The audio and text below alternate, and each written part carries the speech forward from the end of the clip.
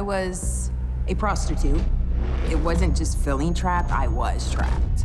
Girls get raped out there, beat up, held hostage.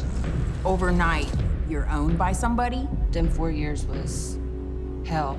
I was in this hotel for like 2 years straight. I mean, like, they would bring you your food, they would give you your drinks, they would give you your drugs. You gotta sleep with who they tell you to. You pray and wish that you could be done with this lifestyle. When we would sit there and talk about, hey, you know, how are we gonna get out of this? Well, you can call the police. Well, you gotta think, we're doing dates with police officers, with detectives. We're doing dates with them.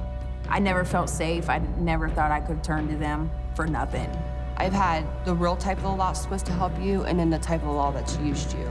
So it was hard to trust them. You know, an officer rolls up on you, you don't know what's gonna happen. You don't know if he's gonna force you to do something or if he's there to actually help you.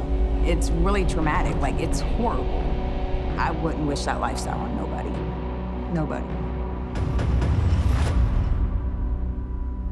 The police were bringing me search warrants on human trafficking cases. And the prosecutor started showing me all the pictures and bringing the victims up with the bright red rings around their neck from fresh choking, hair pulled out, fresh burn marks where the guy had burned a cigarette in their skin just to torture them. And as this was going on, the sheriff brought the next defendant out on the wall, and I looked over, and that's when I saw a woman who looked just like one of these victims. She had that same aura about her. And so I looked down at the file and saw prostitute. And I thought, we ought to start looking at the person that we're arresting for prostitution more like she's a victim of human trafficking. Just prior to this event, I was trying to teach my daughters the book, The Purpose-Driven Life. So my one little daughter, she said, hey, Dad, you're doing really good teaching us about this purpose in life, but what's your purpose in life? And I was like, oh man, it just got me right there. So that night I just went upstairs and said a quick prayer. I said, you know I've got this really interesting job. So I said, if there's any way you could show me how to be significant in my work, I'd appreciate that. Then things started to happen very rapidly. I started researching and I found some amazing truths that totally blew my mind away. 1,500 women charged with prostitution a year coming through Columbus. Women who are involved in prostitution reoffend 80% of the time. So that's the revolving door syndrome. The average age of the first sexual abuse is 8 years old. 96% of them are runaways before they become involved in prostitution. 62% of all women enter prostitution before they're 18 years old. I couldn't believe that people were taking advantage of our women and girls and other vulnerable people in Columbus in such a horrible way. So we started a court in 2009 to allow them to exit this deadly lifestyle. Okay, so Ashley, way to go. This is Changing Actions, Change Habits Certified. So Ashley Barnett has graduated to Phase 2 of the Catch Court program on May 10th. CATCH stands for Changing Actions to Change Habits because we ask women to change everything about their lives. Catch Court is a 2-year intensive probation. They have individual counseling as well as group sessions. That's kind of hard for me. Okay, I know how you feel, but you know I came from married. I spent most of my time surrounded by other women, even though I had my own home.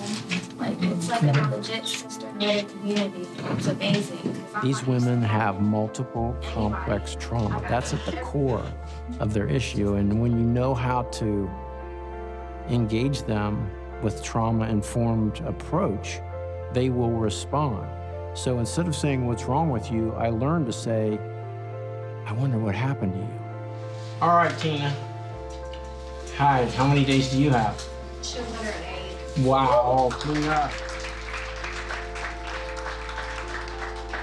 All right, so where you at with that GED? I had your fractions. Oh my God, are you kidding me? The statistics that we're now able to share, that if you spend 6 months or more in the program, 62% of these women never get arrested again. And if you graduate from the program, it's a high 90 percentile, never get arrested again. I think you can say it saves money. It saves police time, it saves court time. But for me, that's not where I consider the success. When I see multi-generational healing from parents to children and the women getting their children back and how important that is to those children, that's what makes it worth it to me. If it wasn't for Catch Court, I would be back out on the street. It saved my life. They gave me my life back. They gave me a second chance. I have a home that I can actually call mine. I have a 1-year-old daughter. I got custody of my 14-year-old twins back. My grandbabies and my kids, to be a part of their lives again. It's a wonderful. I could be a good example for my kids, and my daughter will never see me the way my sons did. I may not have been a good mom, but I'm one heck of a grandma. This has been the best thing that's happened in my career and maybe my life. And now I can look my daughter in the eye and say, hey, now we know what Dad's purpose was, don't we?